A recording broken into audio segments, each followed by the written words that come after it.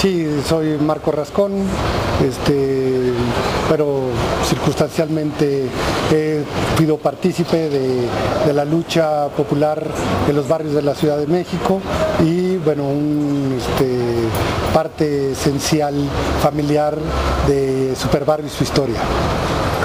Bueno, Superbarrio nace un día que un amigo, agobiado por las deudas, por no poder pagar la renta de su casa, no tener para el dinero para el día siguiente, al llegar a su cuarto en la colonia Peralvillo, en el centro de la Ciudad de México, una luz roja y amarilla entra por su ventana y le dice: tú eres Superbarrio, héroe y representante de los inquilinos pobres y el azote de los caseros y las autoridades corruptas.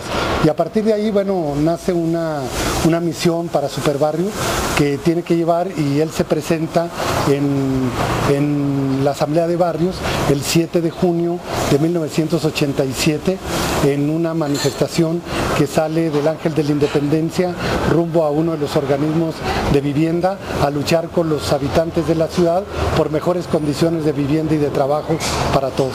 Es 1987. Aquí había una tendencia muy fuerte urbanista por parte del gobierno, que era expulsar a los habitantes de menores ingresos, expulsarlos hacia la periferia de la ciudad. El terremoto y posteriormente la lucha de la Asamblea de Barrios lo que permite es la lucha por defender los barrios y por la gente quedarse en sus lugares donde había habitado tradicionalmente, donde se había formado y donde, bueno, pues eran sus lugares naturales. Era una lucha justa que se podía desarrollar simbólicamente y a través de un luchador, y precisamente un luchador de lucha libre, ¿no? Es muy importante, es que está la lucha contra Catalino Krill, contra los puercos del sistema, contra el SIDA, contra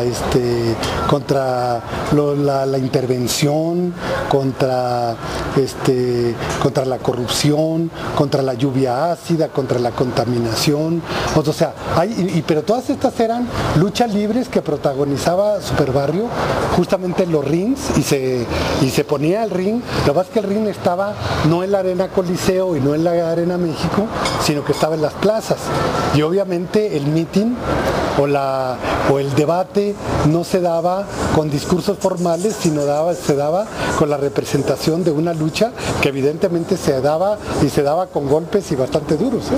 Los principales logros de Superbarrio son 45,000 viviendas nuevas en la Ciudad de México. La Asamblea de Barrios, junto con otros sectores, convocan al primer plebiscito para el gobierno electo en la ciudad hasta 1997. O sea, en la Ciudad de México no se elegía al jefe de gobierno, ni se elegía a las autoridades delegacionales, sino que era una imposición del presidente de la República. Esta ciudad era gobernada por el presidente de la República a través de un regente, ¿no? Bueno, esa forma monárquica de alguna manera, o sea, nosotros la combatimos, y fue una lucha muy importante a través de la Convención de la Náhuac, un espacio parlamentario popular realizado entre todos, convocado por Superbarrio justamente.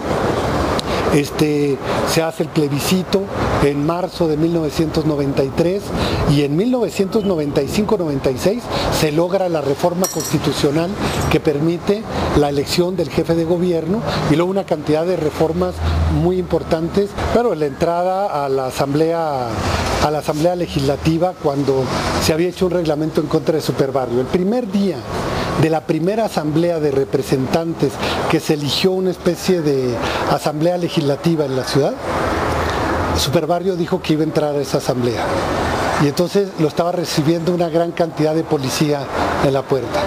Entonces hubo una pequeña jugarreta, ¿no? Donde venía por la calle un falso Superbarrio, la policía se va a tratar de detenerlo, pero Superbarrio ya estaba dentro, ¿no? Entonces, cuando ellos habían hecho todo para que no entrara Superbarrio, Superbarrio entró sin que le tocaran un pelo adentro mismo de la Asamblea Legislativa, y llegó hasta abajo de la tribuna. Superbarrio, hasta la fecha, nunca apareció en la televisión mexicana. Siempre estuvo censurado. Esta es se presenta a la candidatura a la presidencia de Estados Unidos bajo una lógica.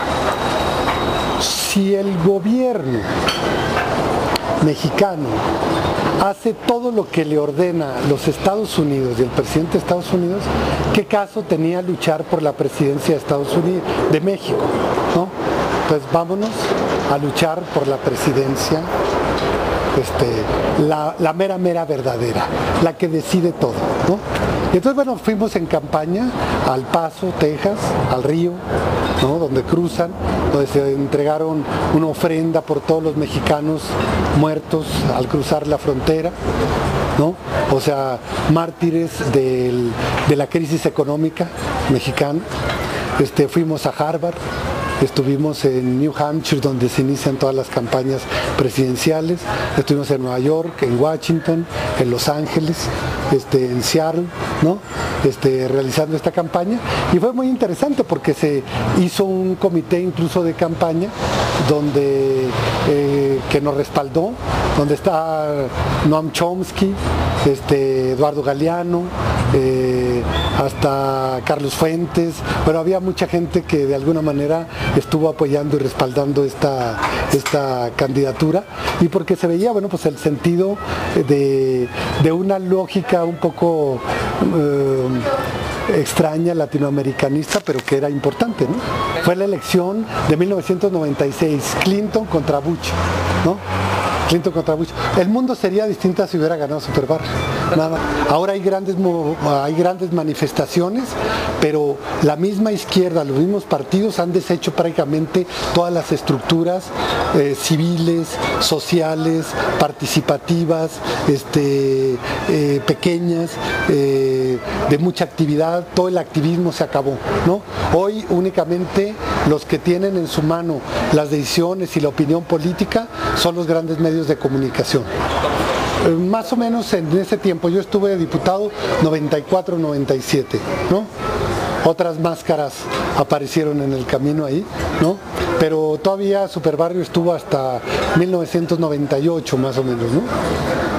Pero hicimos un cerco a Los Pinos. Los Pinos son la residencia oficial del presidente de la República, y fue en febrero, alrededor del 19 de febrero del año de 1995, y fue a raíz de que el gobierno los primeros días de febrero lanzó su ofensiva sobre el Ejército Zapatista de Liberación Nacional. Pretendió detener a Marcos, no lo logró, pero ahí es donde sacó la versión de que Marcos era dando la identidad de Rafael Sebastián Guillén, ¿no? Entonces aparecía en la televisión la imagen de un muchacho con barba y luego con la máscara, y entonces lo cruzaban como una prueba irrefutable de que el de la capucha era el personaje, el de la fotografía, ¿no? Entonces, de esa misma manera, nosotros decidimos un ataque y un cerco, exactamente lo que ellos habían hecho en Chiapas.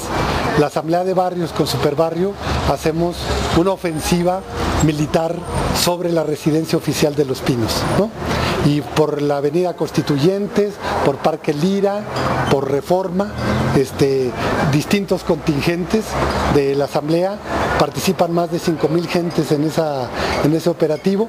Era lanzar esta ofensiva, y obviamente la ofensiva eran avioncitos de papel, carritos de baterías y de cuerda, tanquecitos de guerra, ¿no? Que salían de abajo de los pies de los manifestantes, salían los tanquecitos, y la policía, cuando nosotros anunciamos que íbamos a hacer una toma militar, porque así lo anunciamos, estaba toda la policía del mundo esperando una manifestación muy agresiva, y de lo contrario ellos sirvieron de nuestros bufones, de nuestros ellos eran el hazmerreír de toda la manifestación y de todo el mundo, porque mientras ellos estaban armados hasta los dientes, nosotros íbamos armados con avioncitos de papel y con tanquecitos y con rifles que disparaban agua, ¿no? Chorros de agua. Nicaragua, y entonces fue una manifestación muy divertida, pero también muy que le sacó a ellos la parte muy militarista que tenían dentro, ¿no? Existieron más que clones, o sea, existieron otros personajes surgidos a raíz de la presencia y la existencia de Superbarrio, ¿no? Y que era Super Ecologista 1, Super Ecologista 2, Super Animal, eras con los niños. Hoy, por ejemplo, yo me encuentro a muchachos, adolescentes, jóvenes, que me dicen que recuerdan cuando iban a las manifestaciones con sus mamás, y que entonces veían a un enmascarado, o sea, como si fuera Superman, y cuando estaban en su casa, de pronto había una asamblea de sus vecinos y llegaba Superbarrio, ¿no? Entonces decía, en mi ciudad los héroes sí existen y son de a de veras. Entonces, todos hicimos a Superbarrio. Superbarrio no era un personaje de arriba hacia abajo, sino era la voluntad de todos, era el ciudadano colectivo que todos habíamos hecho, ¿no?